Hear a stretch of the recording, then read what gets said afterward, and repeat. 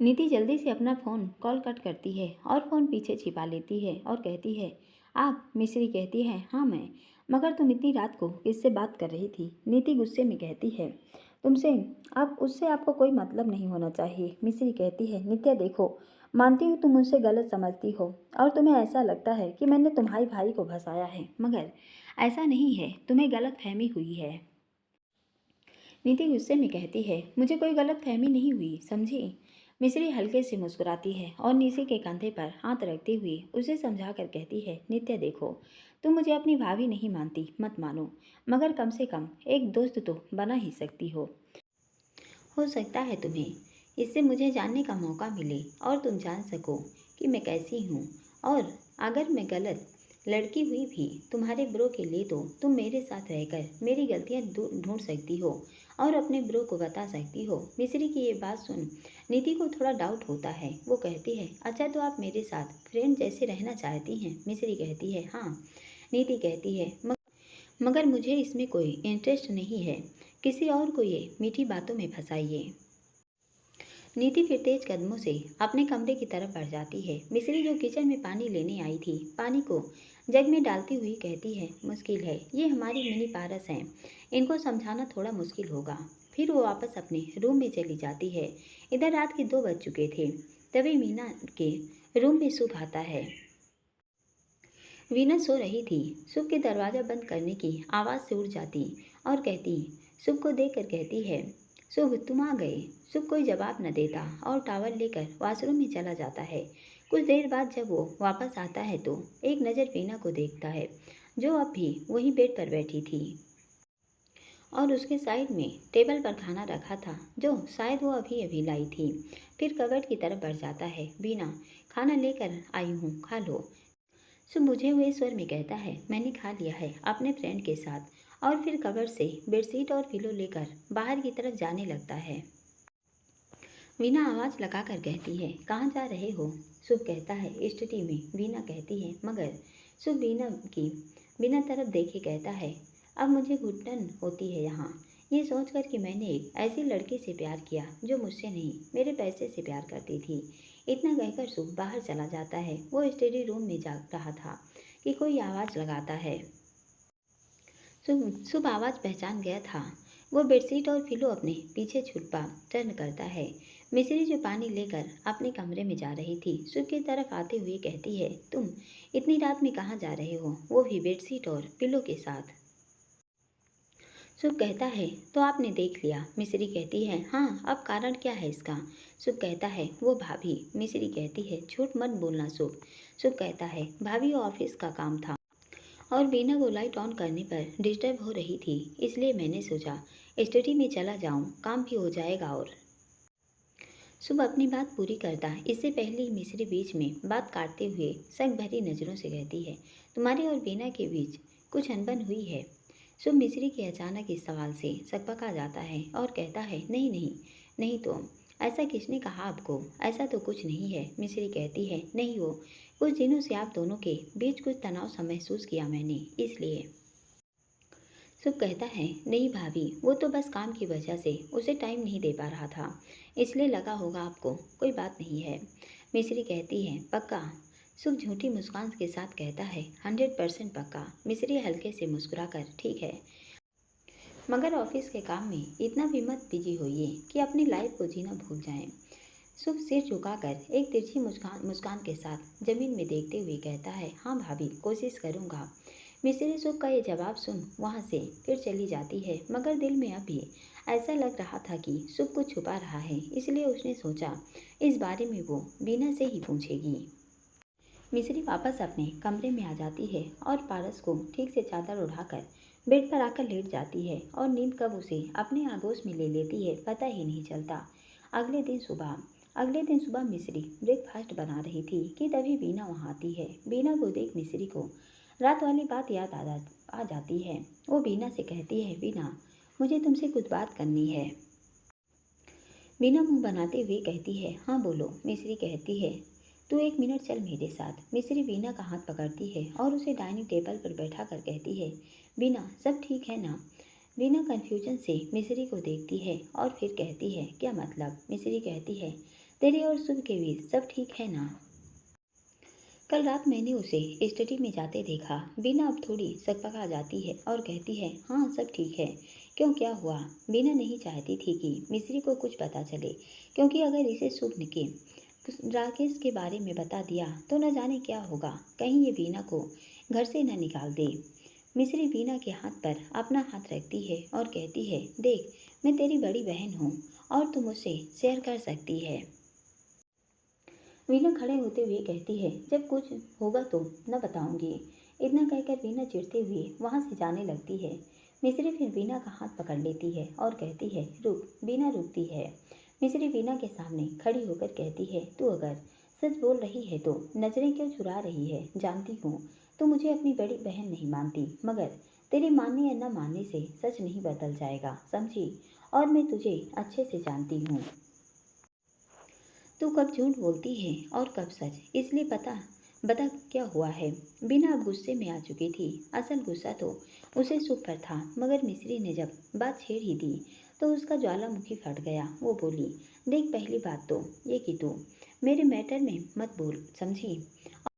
और वैसे भी मेरी लाइफ की हर ट्रेजेडी का कारण तू ही है। मिस्री कहती है, मैं? वो कैसे? बीना कहती है, हाँ, तू, तेरी वजह से ही हो रहा है जो हो रहा है मेरी लाइफ में। मिस्री कहती है, मगर मैंने क्या किया? बिना एक झूठी हंसी हंसते हुए, हाँ, तूने क्या किया? तू तो भोली है ना, और तेरे इसी भोलेपन ने मुझे किसी की नज़रों में अच्छा नहीं बनने दिया, और मेरी सास हमेशा तेरे गुण गाती है। मिस्री की आंखों में अब नमी आ चुकी थी। वो कहती है, मगर वीना, ये मैंने। वीना गुस्से से चीखते हुए कहती है, चुप चुप कर तू। तेरी वजह से हो रहा है जो हो रहा है, और आई है मुझे अपनी बड़ी बहन की दुहाई देने। बिना पूनम ने गुस्से में आते हुए कहा। बिना उन्हें देख चुप हो जाती है। पूनम पहले मिस्री को देखती है जो सिर झुकाए खड़ी थी, फिर बीना को देख कहती है, बीना, ये क्या तरीका है मिस्री से बात करने का? मीना अभी चुप थी। पूनम कहती हैं, तुम भूल गई हो कि तुम्हारी बड़ी बहन है और इस लहजे से बात करना। मीना गुस्से में कहती है, ये मेरी बहन नहीं है बस। पूनम कहती हैं, मीना देखो, मुझे नहीं पता तुम लोग के बीच क्या इशू है जो तुम मिस्री को बहन नहीं मानती, लेकिन तुम इसे बहन चाहे मत मानो, मगर तुम्हारी जेठानी भी है, तो इस रिश्ते से तुम इसे थोड़ा सा तमीज़ से बात करो। मिस्री पूनम से कहती है, दी, नहीं, रहने दीजिए। पूनम कहती हैं, मिस्री, तुम शांत रहो। बहुत देर से देख रही थी ये तुमसे किस तरह की बात कर रही थी। वीना मिस्री की तारीफ इस घर में होती है क्योंकि वो ऐसे काम करती है जिससे ये तारीफ डिजर्व करती है। तुम बताओ, तुमने कभी किचन में जाकर देखा है? मिस्री जॉब के साथ साथ घर का सारा काम करती है, सभी फैमिली मेंबर का ध्यान रखती है। बीना कहती है, सो वाट, उसकी आदत है ये करने की तो करती है, और वैसे भी जब इस घर में इतने नौकर हैं तो इसे भी काम करने की क्या ज़रूरत है? लेकिन नहीं, इसे तो महान बनना है। मिस्री उन्हें शांत करते हुए, बीना देखो। बीना कहती है, चुप, तू बिल्कुल चुप ही रह तो अच्छा रहेगा। पूनम को अब समझ नहीं आ रहा था वो क्या करे। तभी बेच आते हुए कहते हैं, पूनम, क्या हुआ यहाँ? पूनम बात छुपाते हुए कहती है, कुछ नहीं, आप ऑफिस के लिए रेडी हो जाइए। चलिए, आपको ब्रेकफास्ट लगा देती हूँ। बेची एक नज़र वीना और मिस्री पर फिर देखते हैं और कहते हैं, क्या हुआ? पूनम, बताओ ना, क्या हुआ? पूनम कहती है, कुछ नहीं, बस ऐसे ही आप चलिए ना मेरे साथ। बेची कहते हैं, मिस्री, तुम बताओ क्या हुआ है? मिस्री अपने आंखों की नमी छुपाते हुए झूठी मुस्कान के साथ कहती है, जीजा जी, कुछ नहीं हुआ, बस ऐसे ही।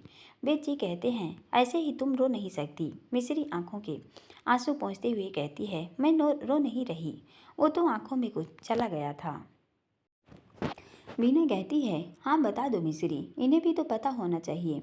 वैसे भी जीजा जी को तुमने अपनी साइड भाई बोल कर लिया है। बेजी वीना को देखते हुए को गुस्से में बोल रही थी।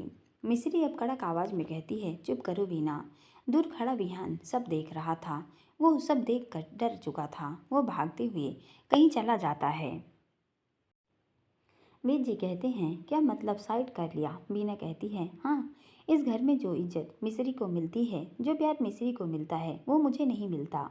और ये मैडम महान बनने का नाटक करती हैं और सारा घर इनकी माला जपते रहते हैं। आप लोग ये क्यों भूल जाते हैं कि इस घर पर हमारा पहला हक है, क्योंकि मैं इस घर में पूरे रीति रिवाज और सबकी मर्जी से आई हूँ। और ये इसकी शादी तो एक मजबूरी और समझौते की शादी है जो पारस भैया ने मजबूरी में की थी। मिस्री की आंखों से अब आंसू की धार बह जाती है, क्योंकि बात तो सच थी। बीना की शादी रीति रिवाज से हुई थी और मिस्री की शादी मजबूरी में। बेजी मिस्री को रोते देख कहते हैं, बीना चुप हो जाओ और जाओ अपने कमरे में। पूनम कहती है, हाँ बीना बहुत हो गया, तुम अपने कमरे में जाओ। बीना कहती है, मैं क्यों जाऊँ, इसे भेजिए, सारे ड्रामे की जड़ यही है। बेजी को गुस्सा आता है और कहते हैं, तुम भूल रही हो, ये ससुराल है तुम्हारा और ये जेठानी है तो तुम्हारी कोई हक नहीं बनता इससे ऐसे बात करने का। वीना कहती है, हक हक तो बहुतों का नहीं बनता कुछ कहने का। पूनम कहती हैं, क्या मतलब है तुम्हारा। वीना गुस्से में कहती है, मतलब ये कि आप लोगों को भी यहाँ रहने का कोई हक नहीं बन, मगर आप रह रहे हैं। इतने में ही वीना के गाल पर एक जोरदार तमाचा पड़ता है। मीना अपने चेहरे पर हाथ रख उस व्यक्ति की तरफ देखती है। सामने शुभ था। मिस्री और बाकी सभी शॉक्ड होकर शुभ को देख रहे थे।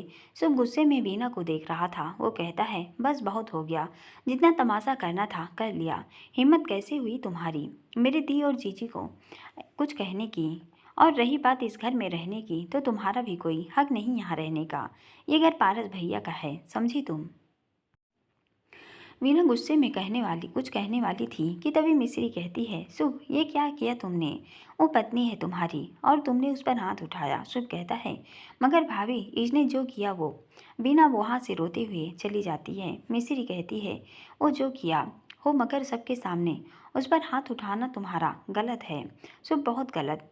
और कोई बात इतनी बड़ी नहीं होती कि एक पति अपनी पत्नी पर हाथ उठाए। बेद जी कहते हैं, हाँ शुभ मिस्री ठीक कह रही है। और रही बात उसकी बदतमीजी की, तो हमें बुरा नहीं लगा, वो बच्ची है, अभी नादान है। पूनम कहती हैं, मगर बेद जी उसको नादानी इतनी नहीं थी कि वो जो बोल रही है उससे बिना सोचे बोल जाए। बेद जी पूनम को आंखों से इशारा करके शांत रहने को कहते हैं। पूनम को बीना की बात पर बहुत दुख हुआ था और गुस्सा भी आया। वो वहाँ से चली जाती है। मिस्री कहती है, जीजा जी आप दी को देखिए, उन्हें संभालिए। बेद जी पूनम के पीछे जाते हैं और मिस्री कहती है, शुभ जो भी गलत फहमी है उसे बैठकर दूर करो और आगे से इस तरह उस पर हाथ नहीं उठाओगे, समझे तुम। शुभ को उसकी गलती का एहसास होता है। वो कहता है, सॉरी भाभी। मिस्री कहती है, अब जाओ और ये सॉरी उसे कहो, मुझे नहीं। शुभ कहता है, सॉरी भाभी मगर मैं सॉरी नहीं कहूँगा। फिर वो वहाँ से चला जाता है। मिस्री के चेहरे पर उदासी आ जाती है और आंखों में आंसू। वो तुरंत अपने कमरे में भाग जाती है और आकर बेड पर बैठ रोने लगती है। तभी कोई उसके कंधे पर हाथ रखता है। मिस्री पलट कर देखती है तो पारस खड़ा था। मिस्री पारस को देख उसके सीने से लग रोने लगती है।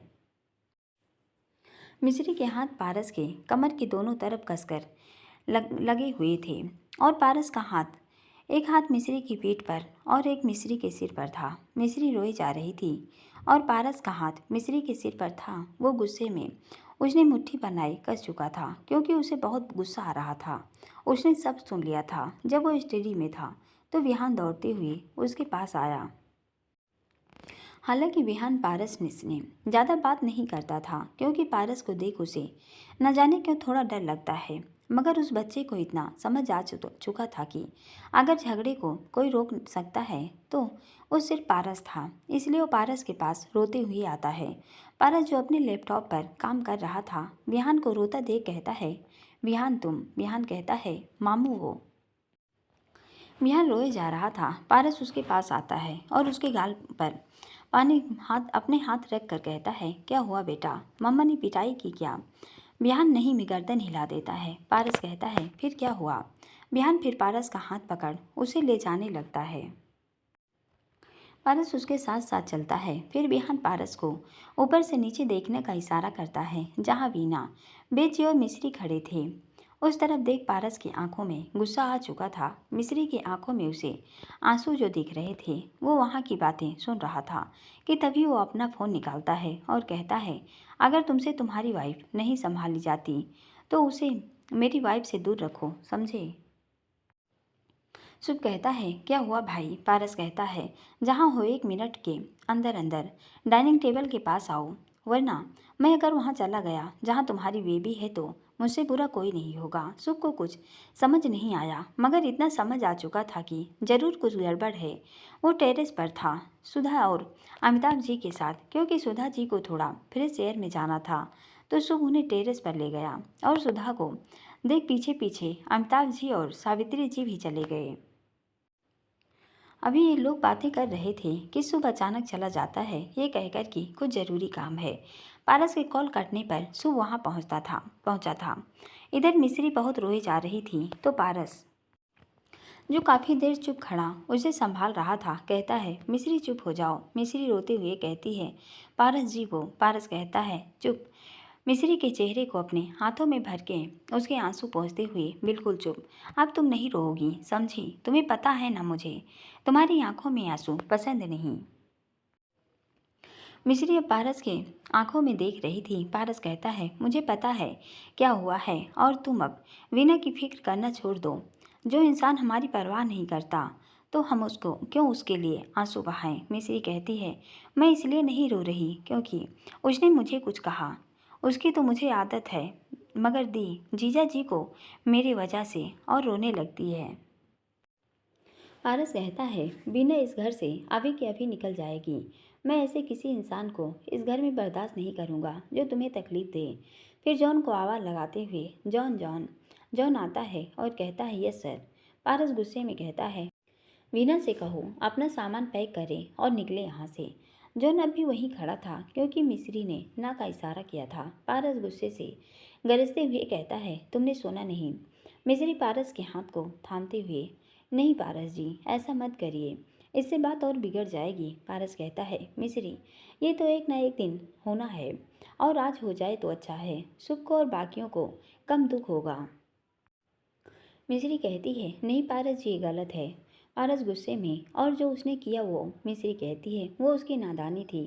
पारस गुस्से में कहता है, अच्छा नादानी, सब जानता हूँ मैं, समझी। इसलिए अब तुम चुप रहोगी यहाँ और एक भी शब्द नहीं बोलोगी। मिस्री पारस को रोकती रहती है, मगर पारस नहीं रुकता। वो कमरे से बाहर चला जाता है। मिस्री उसके पीछे जाने लगती है और कहती है, पारस जी, मेरी बात सुनिए तो। ऐसा करना ठीक नहीं है पारस जी। पारस बिना मिस्री की किसी बात का जवाब दिए बिना के कमरे की तरफ बढ़ रहा था।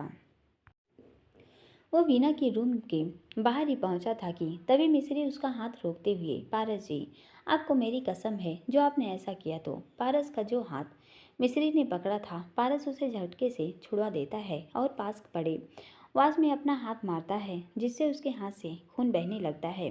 पारस जी, ये क्या? मिस्री ने उसके हाथ को पकड़ते हुए कहा, ये वही दर्द है जो तुम्हारी आंखों में आंसू देखकर मुझे हो रहा है। पारस गुस्से में अपना हाथ छुड़ा कर कहता है। मिस्री फिर उसके तरफ बढ़ जाती है। पारस जी, मगर आप चलिए मेरे साथ, इस पर दवा लगवा लीजिए। पारस गुस्से में जलती आंखों से मिस्री को देखते हुए, जब तक तुम अपने दर्द देने वाले की साइड लोगी, मुझे तुम्हारे दर्द का इलाज नहीं करने दोगी, तब तक मैं भी तुमसे दवा नहीं लगवाऊंगा, समझी? और तुम्हें क्या लगता है तुम अपनी कसम देकर मुझे रोक लोगे? नेवर। तुमने अभी पारस को देखा नहीं है। मैं खुद उसे ऐसे मजबूर कर दूंगा कि वो उस घर में खुद चली जाएगी और गुस्से में वहाँ से चला जाता है। मिस्री जानती थी पारस को रोकना आसान नहीं है, वो भी जब तक वो गुस्से में हो। इतना तो समझ चुकी थी पारस के साथ रहकर, इसलिए उसने अब पारस को अपने कसम से बांध दिया। मगर अब पारस क्या करेगा, ये सोच सोच कर वो मिस्री पारस को जाते देख रही थी और कहती है, पारस जी, अगर मैं ऐसा नहीं करती तो मेरा ये परिवार टूट जाता और फिर मुझे आज से भी ज़्यादा दुख होता। इधर पूनम जब रूम में आती हैं तो वीर जी उनके पीछे आते हुए कहते हैं, पूनम, गुस्सा नहीं करते। पूनम गुस्से में कहती है, कैसे गुस्सा न करूं, बोलिए, उसने आपकी इंसल्ट की और आप चाहते हैं मैं शांत रहूं। बेद जी मुस्कुराते हुए कहते हैं, पूनम वो नादान है।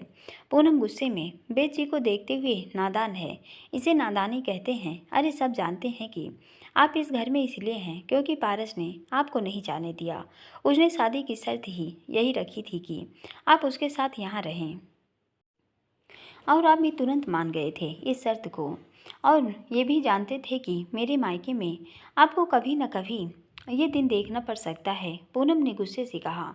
बेद जी कहते हैं पूनम सुनो। पूनम कहती है क्या सुनूं? हाँ, कोई आपकी इंसल्ट करके चला जाए और मैं कुछ न कहूँ, मगर इसने गलती भी आपकी ही है। कितनी बार कहा था आपसे ये शर्त मत मानिए, मगर आप हैं कि तुरंत मान गए थे। बेद जी कहते हैं पूनम मेरी बात सुनो, बैठो।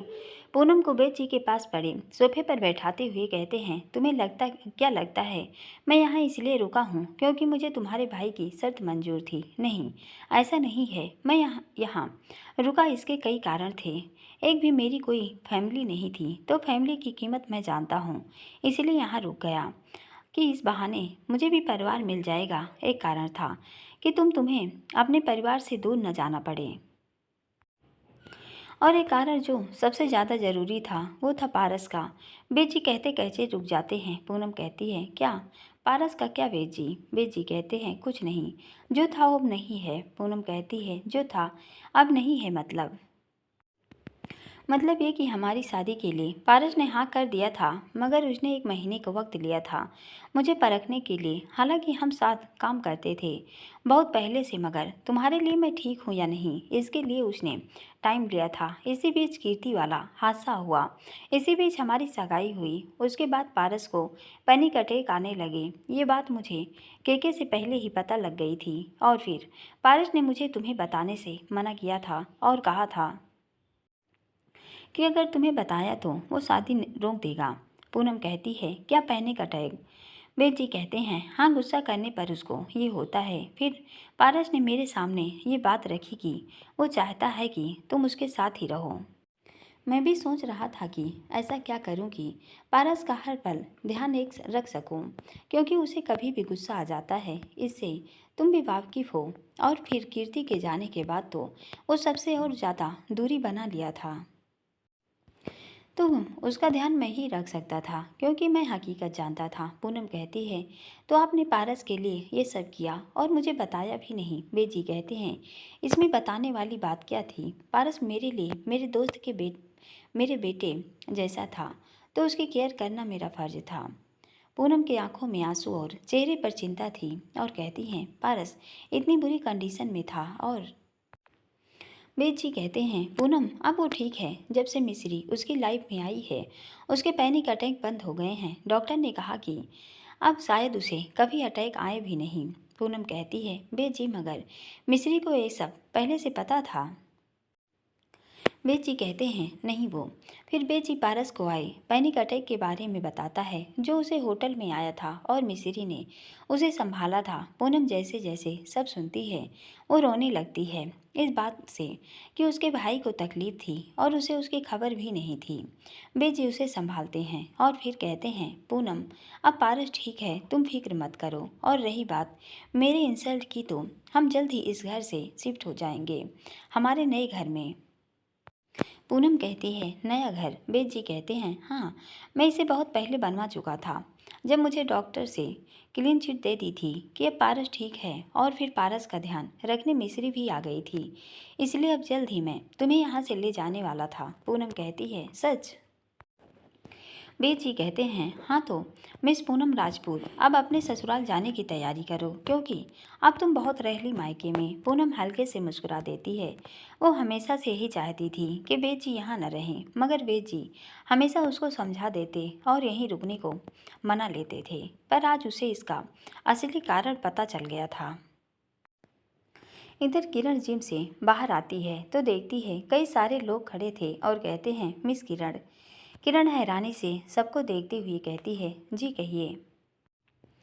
फिर उन 3 आदमियों में से एक अपने पीछे से फ्लावर की बुके लेकर किरण के सामने लाता है।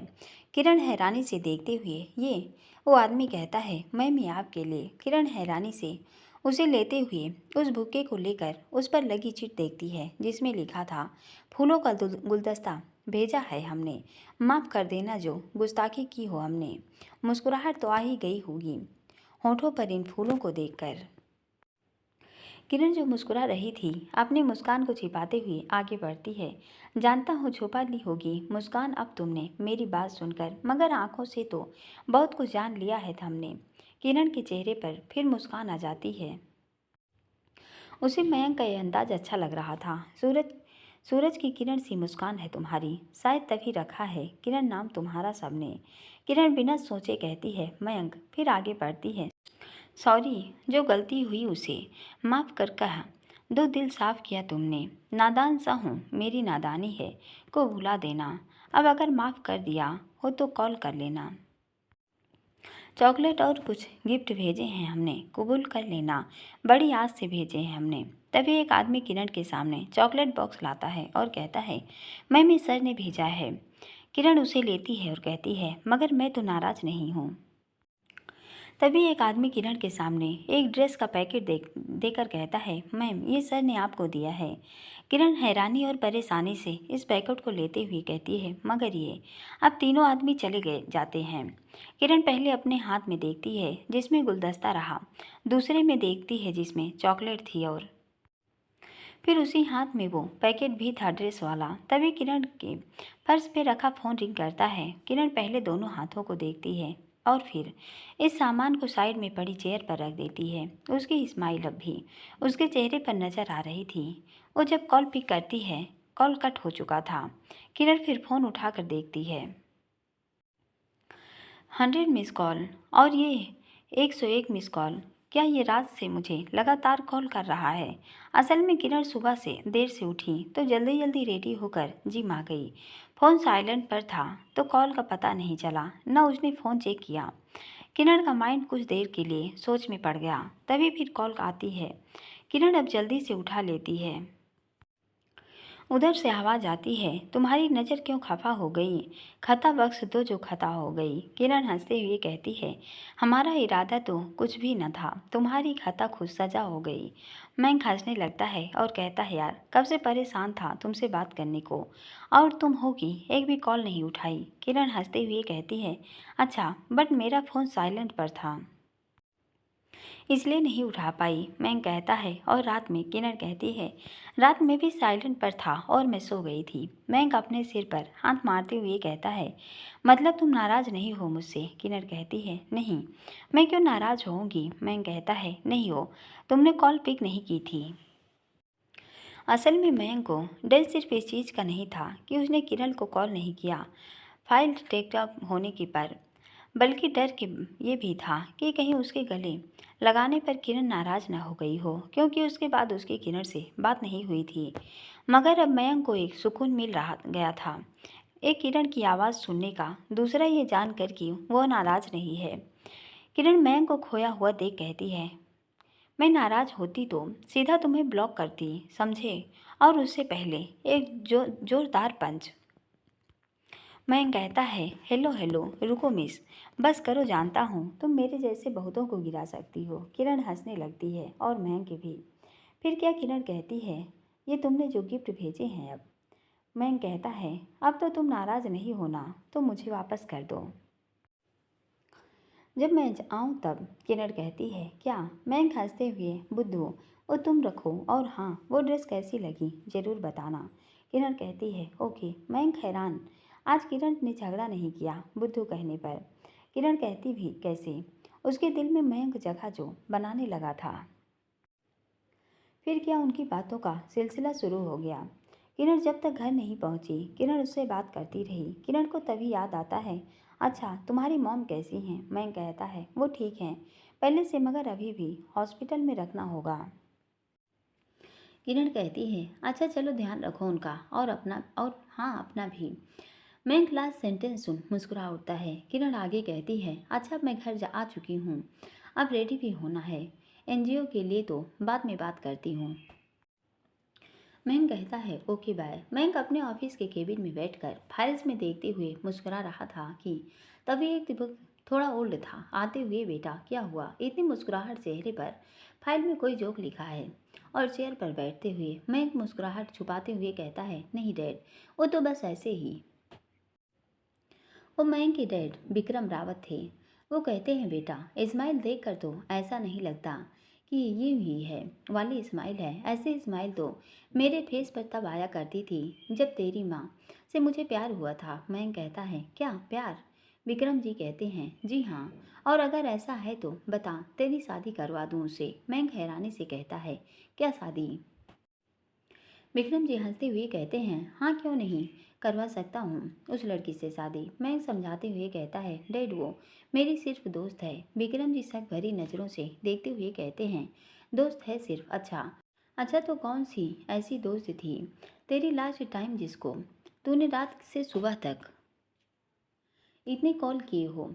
मुझे तो ऐसी कोई याद नहीं। मैं कहता है, आपको किसने कहा मैं उसे रात से कॉल कर रहा हूँ? विक्रम जी मुस्कुराते हुए और कहते हैं, हम पिता हैं तुम्हारे और इतना जानना कहाँ मुश्किल था। मैं जब सोने गया तब देखा था, और फिर जब तुम रात में उसकी तस्वीर अपने फ़ोन के वॉलपेपर पे देख रहे थे तब देखा था। उसके बाद मैं काफ़ी देर तक वहीं गेट पर खड़ा था, मगर तुम बस बार बार उसे ही कॉल कर रहे थे। और फिर सुबह जब तुम अपने मॉम से मिलने गए थे उसके बाद बाहर आके उसे कॉल किया था, एंड और भी बहुत बार। मैं विक्रम जी की बातों से हैरान था कि उसके डैड उसे नोटिस कर रहे थे और उसे बात पता भी नहीं चला। विक्रम जी मुस्कुराकर, अब बता कैसी है वो? मैं कहता है, कोई नहीं है डैड, बस फ्रेंड है। विक्रम जी कहते हैं, फ्रेंड को कब से तू फ्रेंड बोलने लगा? पहले तो कोई फ्रेंड होती थी, उसे भी गर्लफ्रेंड कहता था। मैं कहता है, तब तो बात और थी, मैं कॉलेज लाइफ जी रहा था ना डैड, अब अकल भी नहीं थी। विक्रम जी अपना फ़ोन खोलकर मैंग को दिखाते हैं, अच्छा ये भी है, मगर इस तस्वीर की एक्सप्लेनेशन मुझे मिल सकती है क्या? मैंग कुछ तस्वीर को गौर से देखता है और कहता है, डैड ये फ़ोटो ये तो मॉल की है, मगर ये आपके पास कैसे आई? मैंग उस फ़ोन को लेते हुए गौर से देख रहा था। विक्रम जी जो अभी वहीं चेयर पर बैठे थे कहते हैं, ये तो तेरे किसी खास ने भेजी है, ये कहकर कि तूने बहू ढूंढ ली है मेरे लिए। मैंग सोचते हुए कहता है, करीबी कहीं पारस। विक्रम जी हंसते हैं और मैंग से फ़ोन लेकर चले जाते हैं। विक्रम जी की इस हंसी का मतलब साफ था कि हाँ, वो तस्वीर पारस के ने भेजी थी। मैंग गुस्से में चिढ़ते हुए पारस को कॉल करता है, मगर पारस कॉल पिक नहीं करता। इधर पूनम बेद जी अपना सामान पैक कर चुके थे। वो बाहर आते हैं कि सावित्री जी और अमिताभ जी और सुधा जी, जिनको अब तक सब पता चल चुका था, उनके पास आते हैं और कहते हैं, पूनम तुम कहाँ? बेद जी कहते हैं, माँ पापा बुआ जी, आज हमें आप आशीर्वाद चाहिए आप लोगों का। आज हम अपने घर जा रहे हैं। सावित्री जी, मगर बेटा ये घर भी तो तुम्हारा ही है ना? बेद जी कहते हैं, नहीं माँ अब नहीं, वैसे भी पूनम को एक ना एक दिन तो आपको विदा करना ही था ना। पूनम कहती है, हाँ माँ, आप ही कहती हैं ना कि बेटी को अपने ससुराल जाना ही पड़ता है, तो आज आपकी बेटी। इससे आगे वो कुछ नहीं कह पाती। वो रोते हुए सावित्री जी के गले लग जाती है।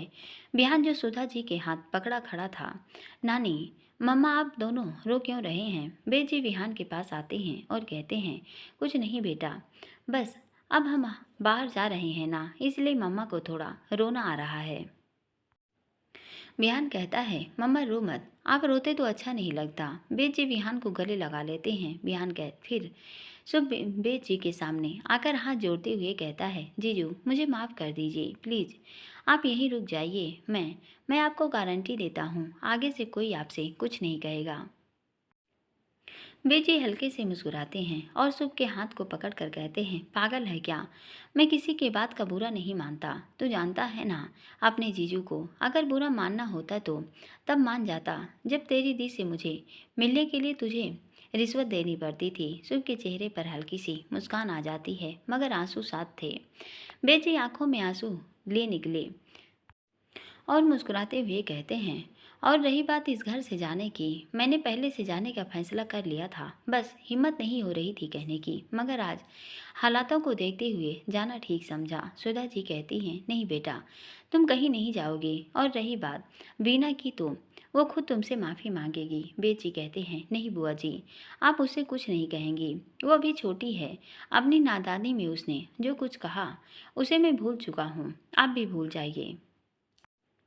और हाँ सुख, तुम आगे से बीना से न आज के बारे में कभी कुछ कहोगे और न उस पर कभी हाथ उठाओगे, वरना मैं तुम्हें थप्पड़ लगाऊंगा। वो भी बहुत ज़ोर से थप्पड़ दिखाते हुए। सुख जिसकी आंखों में नमी थी वो बेद जी के गले लग जाता है और रोते हुए कहता है, मत जाओ जीजू, आप चले गए तो ये घर खाली खाली हो जाएगा। इधर मिस्री पारस के ऑफिस में पहुंचती है और देखती है पारस लैपटॉप पर बैठा काम कर रहा था। उसके हाथ में अब भी खून लगा था, मगर वो अब सूख सूख चुका था। वो एक नज़र पारस को देखती है, जिसके चेहरे पर अब शक्ति दिख रही थी, वही शक्ति जो उसके पास पारस के चेहरे पर पहली मुलाकात में देखी थी। एकदम इमोशनल लेस, गुस्से में जलती आंखें जो लैपटॉप स्क्रीन पर गड़ी हुई थी और उसकी अंगुलियां खटखट लैपटॉप पर चल रही थी। मिस्री काफ़ी देर तक सोचती रहती है कि वो क्या कहे, फिर हार मानकर हिम्मत कर कहती है, पर पारस जी। पारस बिना मिस्री की तरफ देखे कड़क और सख्त आवाज़ में कहता है, व्हाट। मिस्री कहती है, वो दी, मेरा मतलब दी और जीजा जी अपना सामान पैक कर जा रहे हैं। वो घर छोड़ कर जा रहे हैं। पारस अभी बिना चेहरे पर एक भी सिकन लाए कहता है, तो क्या करूं, ये तो होना ही था। मिस्री कहती है, आप चलिए, उन्हें रोकिए। पारस अब भी लैपटॉप में देख रहा था। 1 मिनट के लिए लैपटॉप पर खटखट चलती अंगुलियों को रोकता है और वापस टाइप करते हुए कहता है, ये तुम हैंडल करो, क्योंकि ये मेरी प्रॉब्लम नहीं है। मिस्री अब गुस्से में, कैसे आपकी प्रॉब्लम नहीं है, वो दी और जीजू हैं आपके, आप उन्हें रोकने के लिए कुछ नहीं करेंगे। पारस अब भी गुस्से में था, ये उसकी आंखों से मिस्री महसूस कर पा रही थी। पारस लैपटॉप स्क्रीन को अपनी जलती आंखों से देखते हुए ही कहता है, कर सकता हूँ मगर नहीं करूँगा। तुमने मुझे अपनी कसम दी है ना, तो मैं अब वही करूँगा जो मेरा दिल करेगा, या तो तुम वो करो जो मैं चाहता हूँ। मिस्री कहती है, क्या चाहते हैं आप। पारस सख्त आवाज में कहता है, अपनी कसम वापस लो, वरना भूल जाओ कि मैं उन्हें रोकूंगा। मिस्री कहती है, पर पारस जी, हमारे झगड़े में दी जीजा जी की क्या गलती है। मैंने कसम दी है, तो आप उन्हें क्यों नहीं रोक सकते। पारस, अगर तुम्हें मेरी बात मंजूर नहीं तो जा सकती हो, मेरे पास काम बहुत है। मिस्री मन में, ये कैसे इंसान हैं, वहाँ दी जीजा जी हैं जा जिन्हें कितना समझाया, मगर अपने सामान पैक करने में लगे हैं, जाने की तैयारी कर रहे हैं, और यहाँ ये अपनी अकड़ में बैठे हैं। और अगर मैंने कसम वापस ले ली तो ये वीना को घर से निकाल देंगे, और ऐसा हुआ तो चाचा जी और चाची जी पर क्या बीतेगी। यही सोचकर मिस्री काफ़ी देर खड़ी रहती है कि पारस मान जाएगा। अगर उसको रिप्लाई नहीं करता तो वो घर वापस आ जाती है, तो देखती है कि पूनम और वेद जी अब बाहर की तरफ आ रहे थे। मिस्री उनके पास जाती है और कहती है, दी जीजा जी प्लीज़ मत जाइए। पूनम कहती हैं, मिस्री अपना और पारस का ध्यान रखना, और थैंक यू मेरे पारस के वीक टाइम में भी उसके साथ रहने के लिए। मुझे आज ही वेद जी ने बताया कि पारस को पैनिक अटैक आते थे। मिस्री वेद जी की तरफ देखती है, जो पलके झपका कर हामी भरते हैं। मिस्री कहती है, दी आप रुक जाइए ना, जो हुआ उसे भूल जाइए। ये घर आपका और जीजा जी का ही है, इस घर पर आपका हक है। बेजी मिस्री से मुस्कुराते हुए, जानते हैं मिस्री, मगर है तो ये पूनम का मायका ही ना। मिस्री की आंखों में आंसू थे। बेजी और पूनम आगे बढ़ जाते हैं और पूनम एक बार अमिताभ जी के गले लग रोने लगती है। फिर बेजी सबके पैर छूते हैं और अपनी गाड़ी की तरफ बढ़ जाते हैं। बिहान भी सबके पैर छूता है। मिस्री को अब कुछ समझ नहीं आ रहा था, उसके कानों में बस पारस के शब्द गूंज रहे थे। मिस्री, वीना को तो इस घर से जाना होगा। मिस्री अपनी कसम वापस लो, तभी जीजा जी रुकेंगे। मिस्री अब हार खाकर पारस को कॉल करती है और कहती है, पारस जी, मैं अपनी कसम वापस लेती हूँ, आप अब प्लीज़ दी जीजा जी को रोक लीजिए। पारस के चेहरे पर एक जहरीली मुस्कान आ जाती है। वो कॉल कट करता है। मिस्री हैरानी से फ़ोन कट करती है और वो कहती है, इन्होंने सुना या नहीं। कुछ देर बाद बेद जी के पास एक कॉल आता है। बेद जी कहते हैं, क्या, मगर अभी, पर सुनो। तो ऐसे पूनम, जो बेजी के बदलते एक्सप्रेशन से कुछ समझ नहीं पा रही थी। इनफैक्ट वहाँ खड़े किसी को कुछ समझ नहीं आ रहा था। बेजी कॉल कट करते हैं और कहते हैं, जो घर हमने लिया था वो किसी ने फेक तरीके से बेचा था हमें, उसका असली मालिक कोई और है, और वो हम पर केस करने को कह रहा है कि हमने उसकी प्रॉपर्टी को कब्जा किया है। पूनम कहती है, क्या मगर आपने डॉक्यूमेंट्स देखे नहीं थे क्या। बेची कहते हैं, देखे थे, कई बार क्रॉस चेक भी करवाया था, मगर तभी फिर बेची के पास कॉल आता है। उसे बात करके कहते हैं, ठीक है, फिर अगर लास्ट ऑप्शन सही यही है तो फिर कुछ सोच कर, ठीक है, मंजूर है, कह दो उन्हें। फिर कॉल कट होता है। बेजी कहते हैं उसी डीलर का कॉल था जो कह रहा है असली ओनर ने कहा है वो पैसे देने को तैयार है मगर वो घर नहीं लेने देंगे, वो केस भी नहीं करेंगे। पूनम कहती है क्या एक ऐसा अजीब इंसान है जिसने घाटे में डील की, खुद के घर के लिए ही कीमत दी। बेजी कहते हैं पता नहीं, मगर वो डीलर कह रहा था उसके कोई इमोशन जुड़े हैं इस डील से। पूनम कहती हैं अच्छा हो सकता है। अमिताभ जी कहते हैं हाँ कुछ लोग इमोशंस को पैसे से ऊपर रखते हैं और अच्छा है जब वो तुम्हें नुकसान नहीं होने दे रहा तो। वे जी कहते हैं हाँ मगर अब पूनम की तरफ देखते हुए कि अब तो वो घर नहीं जा सकते। मिश्री समझ चुकी थी कि ये सब हो ना हो पारस का ही काम है। वो कहती है जीजा जी दी देखिए शायद मेरे कान्हा जी भी नहीं चाहते कि आप यहाँ से जाएं, इसलिए आपको यहाँ रोक दिया। पूनम कहती हैं मगर वे जी की तरफ देखती हैं। सावित्री जी कहती हैं बेटा तेरा पति मेरा दूसरा बेटा है समझी, और तुझे ये घर इतना बुरा लगने लगा है कि तू यहाँ नहीं रुक सकती। पूनम कहती है नहीं माँ ऐसी बात नहीं है मगर। सुधा जी कहती हैं बेटा रुक जाओ ना। बेजी और पूनम सबको यूँ बोलते देख उनके आगे हार जाते हैं। पूनम कहती है ओके माँ। शुभ मुस्कुरा देता है और कहता है थैंक यू दी एंड जीजू वेलकम बैक। फिर क्या था सभी वापस आ जाते हैं। अभी सभी हॉल में आकर बैठे ही थे कि तभी बेजी को कॉल आता है। बेजी कॉल पिक करते हैं। पारस खौफनाक आवाज़ में जीजा जी। बेजी पारस की आवाज़ से समझ जाते हैं कि कुछ गड़बड़ है। वो साइड में जाते हैं और कहते हैं हाँ पारस बोलो।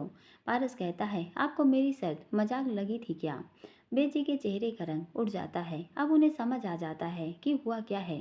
वो कहते हैं ये तुमने। पारस सख्त और कड़क आवाज़ में कहता है मैटर नहीं करता।